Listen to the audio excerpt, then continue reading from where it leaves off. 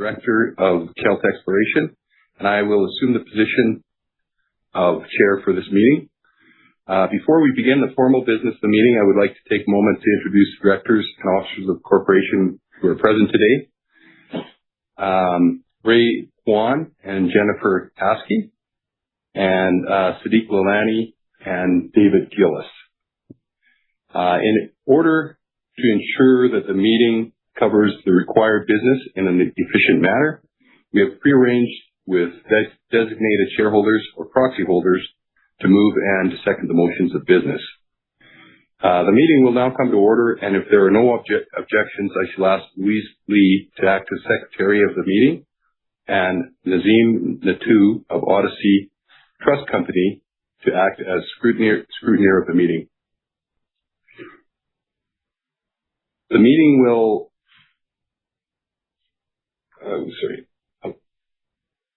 the Secretary has provided me with proof of mailing of the notice of meeting, instrument of proxy, management information circular, and accompanying documents of the registered shareholders and the directors of the corporation.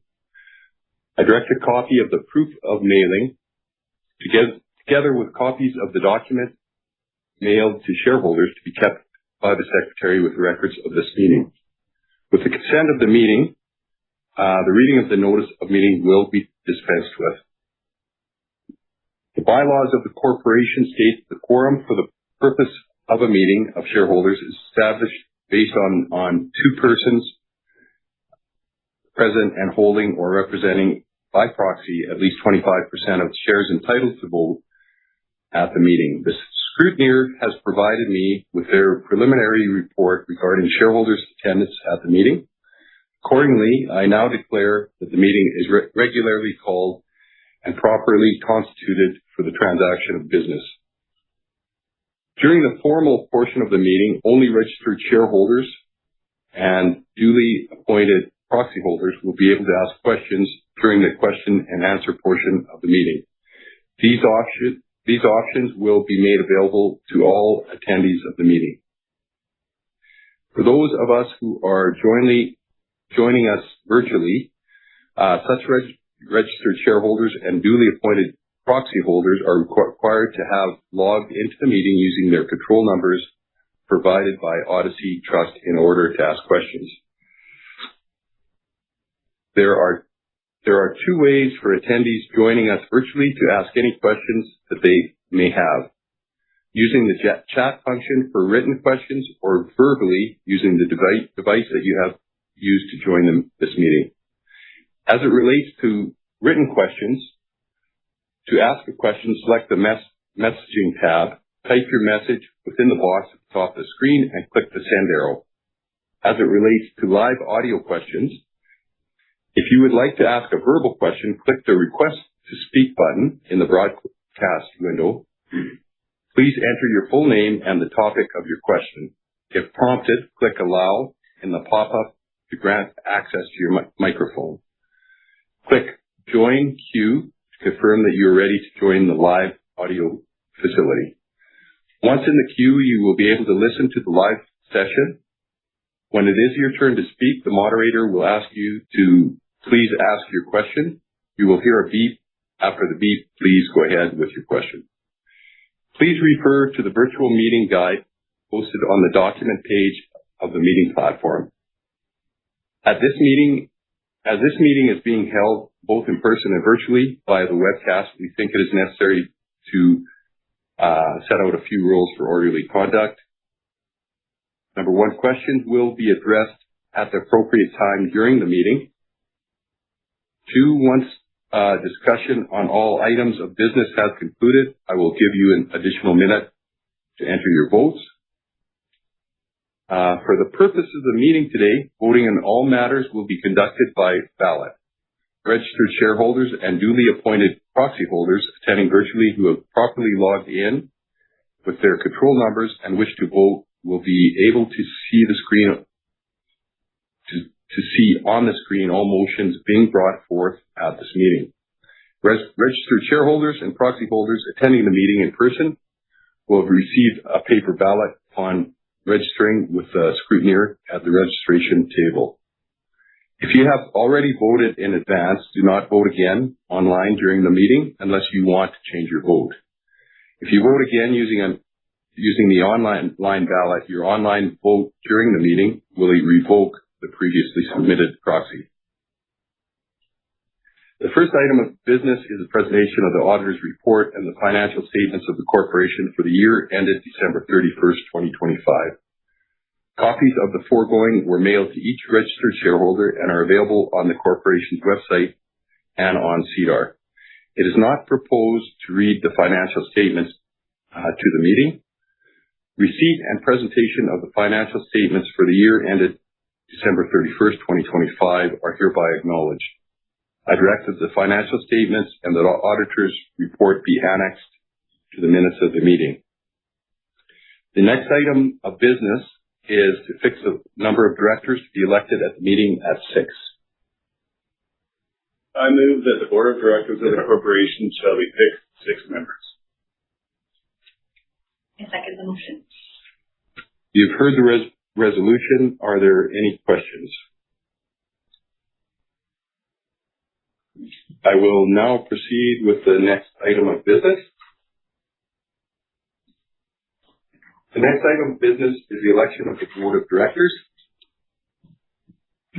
I nominate Jennifer Hassen, William Guinan, Ray Kwong, Neil Sinclair, Janet Bellatini, and David Wilson.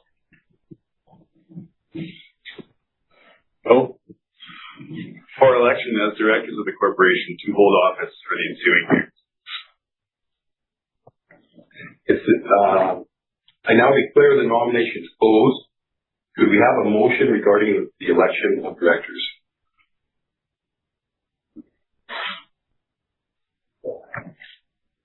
I move that each of the following nominees, Jennifer Haskey, William Guinan, Ray Kwong, Neil Sinclair, Janet Bellatini, and David Wilson, be hereby elected as the director of the corporation to hold office until the next annual meeting of shareholders or until their successor is duly elected or appointed. I second the motion. You've heard the resolution. I will now proceed with the next item of business. The next item of business is the appointment of auditors. I move that PricewaterhouseCoopers LLP be and are hereby appointed as auditors of the corporation until the next annual meeting or until a successor is appointed, and that their remuneration be fixed by the board of directors. I second the motion. You've heard the resolutions. Are there any questions?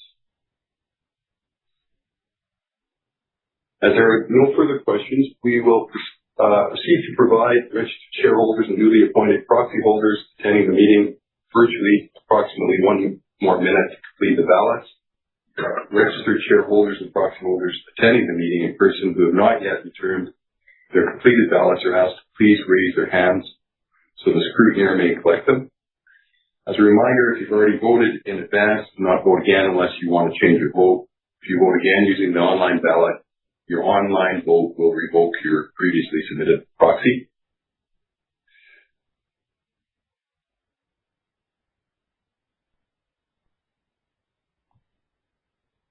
We'll just wait for a minute here. Okay. I now declare the polls closed. I have been advised by the scrutineer that a sufficient number of votes were received to pass all the resolutions before us today. That concludes the formal business brought before the meeting. As there is no further business, I declare the formal part of the meeting to be concluded. We'll now proceed to the management presentation, followed by a Q&A session. Any virtual attendees may submit questions anytime during the presentation and will be answered at the appropriate time. So, Sadiq will kick off the presentation. Perfect. Sadiq Lalani.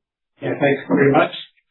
Welcome, ladies and gentlemen, those attending live and all those attending virtually as well, to the 13th annual meeting of Kelt shareholders. So for those of you that are not familiar, we started the company back in February of 2013, and the company was kicked off as a spin-out of a previous company that the same management team ran for about 11 years called Celtic Exploration. We sold that company for $3.2 billion.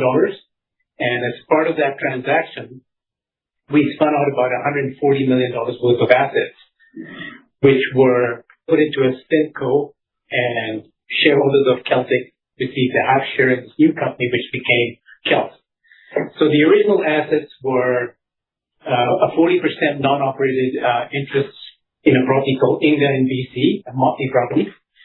We had 16 sections of Montney rights at Carr and a dry gas property at Grand Cache.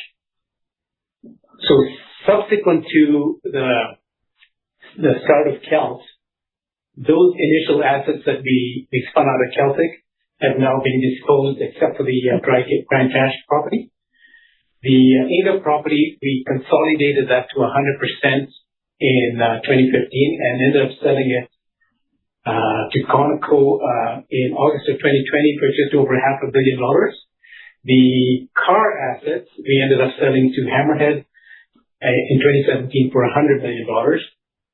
And the assets that we now own today are very similar to the Celtic fairway, except it's in the oilier part of the Montney fairway. So today we have over 359,000 acres of Montney rights. And in addition to that, we have 93,000 acres of Charlie Lake rights. So inception to date, we've been able to manage a 1.7 times recycle ratio on a 2P basis. The capital structure of the company is pretty simple.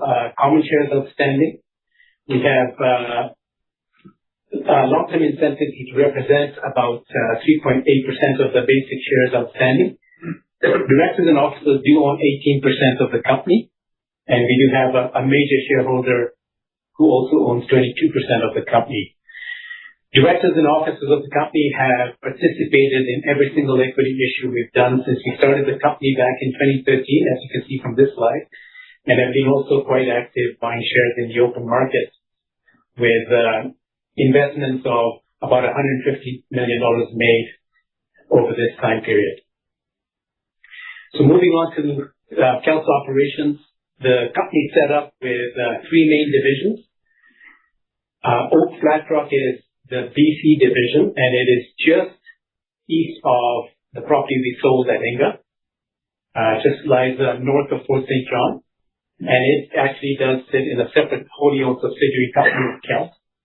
The Alberta assets, which are part of the parent company, are primarily two main divisions, Pouce Coupe and Wembley Pipestone.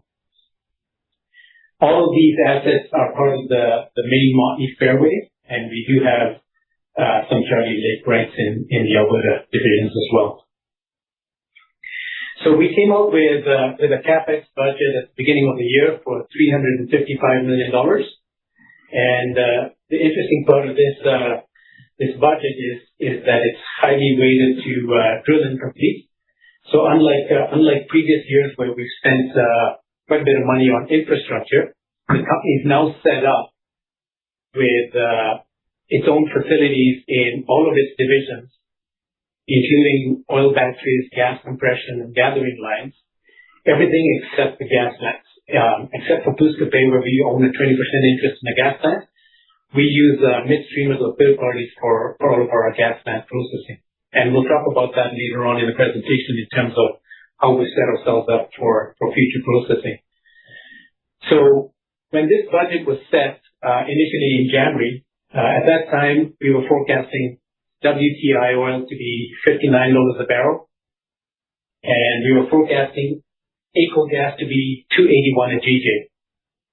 Come March, we saw a bit of weakness in gas prices. Oil prices were looking a little bit better. So we revised our commodity price forecast to $69.40 for WTI, and we dropped our AECO gas price to $2.34 a GJ. Well, that momentum has continued on in both cases. Oil continues to go up and gas continues to go down. So today, WTI is trading at about $92 US in the spot market, and AECO is trading below $2. So we're going to go through the capital program here, but one of the things that the company management is doing right now is we are sort of reviewing some of the gas field prospects in our capital budget. And we'll probably make some decisions by early May, and with the intention of maybe deferring some of our gas field prospects and drilling more of our oilier prospects, just given the economics as they are today. So the original program is to drill 33.2 wells and complete 37.2 wells. In the three main areas where we're spending money, we've got this slide that shows the cost per well, the type of completion design we're using, and the production and transportation expenses as well. So in Wembley Pipestone, we've switched our completion design. We were completing wells with frac intensity of about 2.25 tons per meter, sorry. And we switched that over on one of our pads last year to 2.75 tons per meter. All of the Wembley pads that we're drilling this year will have this completion design. So when we did our year-end reserves at the end of 25, we had some history on the first pad where we changed the design, but not enough history to have the independent engineers reflect this in the EURs. I think what will happen is we'll probably see a bit of an uptick in our EURs at the end of 26, after we have more history on the original pad and some more history on these new pads we're using the same design on. So we're looking forward to that. At Oak, we have lower intensity completions. Here we're using about 1.75 tons per meter of sand and water intensity at 3.5 versus 4 at Wembley. So moving on to production, we set our guidance at 50 to 52,000 BOE a day. And, you can see from this product mix, we are forecasting 62% gas and 38% oil and liquids. So like I said earlier, we'll see how things go in May, but you could see this product mix change slightly if we make some adjustments to the type of wells we drill in the budget this year. So as far as the gas plants I mentioned earlier, in order to produce any of your wells, regardless of whether they're gas wells or oil wells, you got to find a home for the gas. And with these midstreamers that we use, we now have access to multiple gas plants in Alberta, and we do actually use just the one gas plant in BC. But with all of these midstream operators, we've arranged contracts where from last year, we had gas processing capacity of 282 million a day to this year 322, and by 2030, 382 million cubic feet a day of raw gas processing. So if you get to the 2030 numbers, that processing with the type of mix of plays that we have at Kelt, it would give you capacity to produce over 70,000 BOE a day. And as you saw in the earlier slide, we're forecasting to be kind of 50 to 52,000 this year. So there is room here to grow over the next few years with these contracts in place. With the reserves, despite showing a 3% increase in our 2P reserves, 448.3 million BOEs, we did show a decline in NPV. And part of the reason for that was just like we were conservative on where we thought oil prices were going to go, so were the independent engineers at the beginning of the year. So their forecast for WTI oil was pretty close to ours, around $59 a barrel in the first year. And so these NPVs were based on a much lower price deck than what you're seeing in the current market. As far as recycle ratios go, we've averaged over the last 3 years a 1.4 times recycle ratio on our PDP reserves and a 1.5 times on our 2P reserves. Without getting into a lengthy discussion about recycle ratios and energy costs, the issue I mentioned earlier about not having the EURs reflected at Wembley on the new completion design, the other thing that also goes into this calculation is the gas processing contracts that we have in place limits the independent engineers in terms of how many probable reserves they can assign to the assets. So Kelt actually has quite a bit more inventory than what has been assigned as probable reserves, and Dave will talk about this when we go through each of the properties separately. So using that year-end evaluation and using the average commodity price of the three main evaluators, we had an net asset value per share of $15.62 a share. The stock currently trades sort of in that 8 to 8.50 range, so well below the NAV. And keep in mind, the NAV was also determined using much lower oil prices. As you can see from this table, starting off at 59.92 and then gradually moving up to 70 after 3 years. Right now in the spot market, WTI price of oil is over $92 a barrel. So that would imply a much higher NAV per share at current pricing. So to summarize on commodities, here's a little bit more detail on each of the products. And, probably the more meaningful numbers are at the bottom of the slide. The net realized oil price that Kelt was assuming this year is $86 a barrel. For NGLs, $37 a barrel, and for gas, $3.29. And the $3.29 gas price reflects our mix of gas marketing. So we sell our gas to a bunch of different hubs. We have gas going to Dawn, Chicago. We have gas in the local markets at AECO and Station 2. And we've also done some financial transactions to convert some of our gas from AECO pricing to LNG pricing, JKM TTF pricing, and also electricity pricing, where right now we're fetching a significant premium to spot AECO prices. So with that commodity price deck, we're looking to have a field netback of about 21.89 a BOE this year, and adjusted funds from operations of just over $20 a BOE. So that's a 14% increase from last year, not giving account to even the further increase in pricing we're seeing in the stock market now. So just a summary on finances, we're looking at a forecast of $722 million of revenue for the year, up 41% from last year. Adjusted funds from operations of $375, which would be up 43% from last year, which equates to $1.83 per share. And a CapEx budget that's just slightly over last year, 8% over last year at $355. Leaving the company in a fairly strong position financially with debt at the end of the year at half a year's cash flow. So if I could just call Dave Wilson back and maybe walk through the rest of the presentation there. Thanks, Sadiq. So like Sadiq said, we're working in three different divisions here, fairly active in all three. The gassier stuff, like Sadiq said, we'll look at, and that might mean we change some of our drilling plans in BC. But we're predominantly a Montney company with some Charlie Lake on the side there. So we'll kick right into here. So the reason we're enamored with Montney and the whole industry is just due to the fact that you're able to drill in up to 4 or 5 different units in the Montney, and that makes your land quite valuable and makes your whole development program very efficient because you're able to drill so many wells from a single pad. In Oak, we're only drilling two of these units, but in Footscray and Wembley, we're drilling up to 4 different units in the Montney.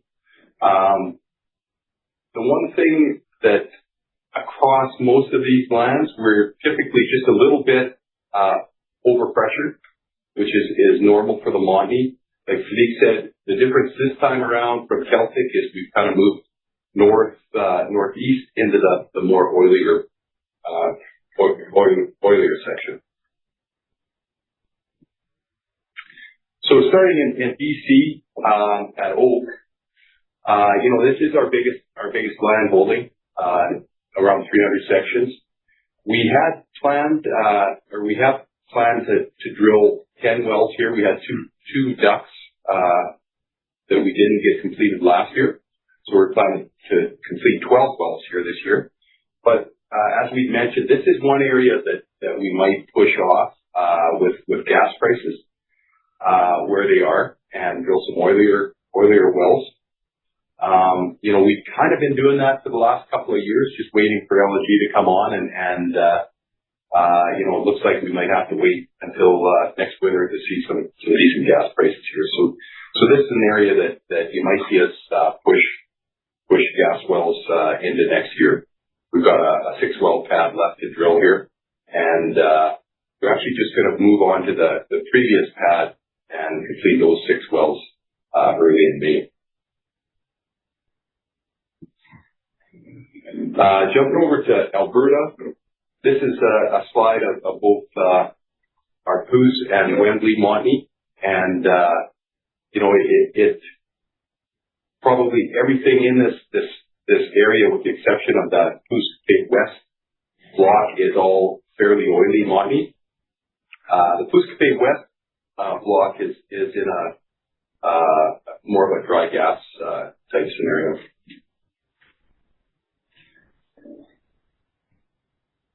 So Pouce Cape, the Montney here is like, it looks like it's kind of spread out a bit, but when I show you the next slide on the Charlie Lake, you'll see how it kind of lays over and makes things much more contiguous. But just speaking to the type of Montney wells that we're drilling out here, like I say, everything as you go north and east, it gets oilier. The Pouce Cape West property that I just previously mentioned, what I'd like to point out here is, it's 6 sections. So you think, well, that's not much land, but just to my point about being able to drill it in different units, we'll end up drilling about 35 to 40 wells in that little 6-section block there. So it's kind of speaks to the amount of wells you can actually get into these Montney plays. Right now we've got 3 Montney wells. Actually, we've drilled 2 Montney wells, and they're on production. They're in that dry gas block, and we're drilling another 3 Montney wells right now and a halfway well here. So those wells should be completed. Those 3 wells will be completed here in about 2 months. So here's the Charlie Lake. Like I said, when you layer this over top of your Montney land, you get a pretty contiguous chunk of land. And what makes that important is it makes it quite efficient because you can use all the same infrastructure, pipelines and plants, and you can drill from the same paths for Montney and Charlie Lake here. So quite an efficient way to develop this. Now, the Charlie Lake out here is very oily for the most part, and we only have 2 wells planned here this year. But this is an area that, if we do postpone some of these gas wells, this is an area that you'll see us pick up more Charlie Lake wells and drill, as opposed to drilling the gas wells in it. Jumping down to Wembley. So Wembley is our biggest contiguous Montney block in Alberta. We've done a pretty good job of going in and delineating it. You can't really, it's hard to see the wells, the old wells, the delineation wells, because it's pretty lightly colored there. But, we've pretty much drilled wells throughout the whole block. That's allowed us to go in and figure out what we needed for infrastructure to do a full development. So, we've put in big diameter pipe here and put in the necessary oil batteries and compression facilities to do a full development on this over the next 10 years. So it's the hard lifting's been done, and the expensive part of the facilities are already in place here. What we've got planned this year in Wembley is it's quite an oily development. We're drilling 16 wells, and we drilled one duct that we brought into this year, and they're all kind of in the real oily portion of the play. So should have some pretty good oil volumes coming on here. We've completed a couple of pads. They'll come on over the next month or so, and just going to complete the third pad here in May. So I was talking a bit about infrastructure. So what's nice about Wembley is we've got 5 different gas plants that we go to. So what the significance of that is, if one of your plants goes down, you've got the ability to direct gas to the other plants and keep your production on stream. And actually, while we're on the facility side, the CSV plant that we had issues with last year that took a little longer than we were hoping to come on stream. It's actually a sulfur recovery plant. So the significance of that is, sulfur has went from $100 net backs to upwards of $600, even $700 net back per ton here in April and going into May. So in this area, once we get these next 3 pads on, we should be doing about 100 tons of sulfur out of here. So at that price, it's a pretty significant byproduct that you used to have to pay to get rid of. So it should just definitely help the cash flow. And that pretty much sums things up. We've always said that we wanted to sell something at some point. And we still have that in our plans. Oil's kind of come on side there pricing wise. We'd like to see gas do the same before we look at doing some sort of a divestiture. But at some point, we'd like to bring some of that PV forward and be able to give that back to the shareholders. So I think we'll just open it up to questions. I'm not exactly sure how that's going to work. Nothing written so far, and to let you know if there's anybody. No questions from the audience here? Okay. Well, I guess that sums it up. And thanks for coming out there, folks, and we'll see you next year.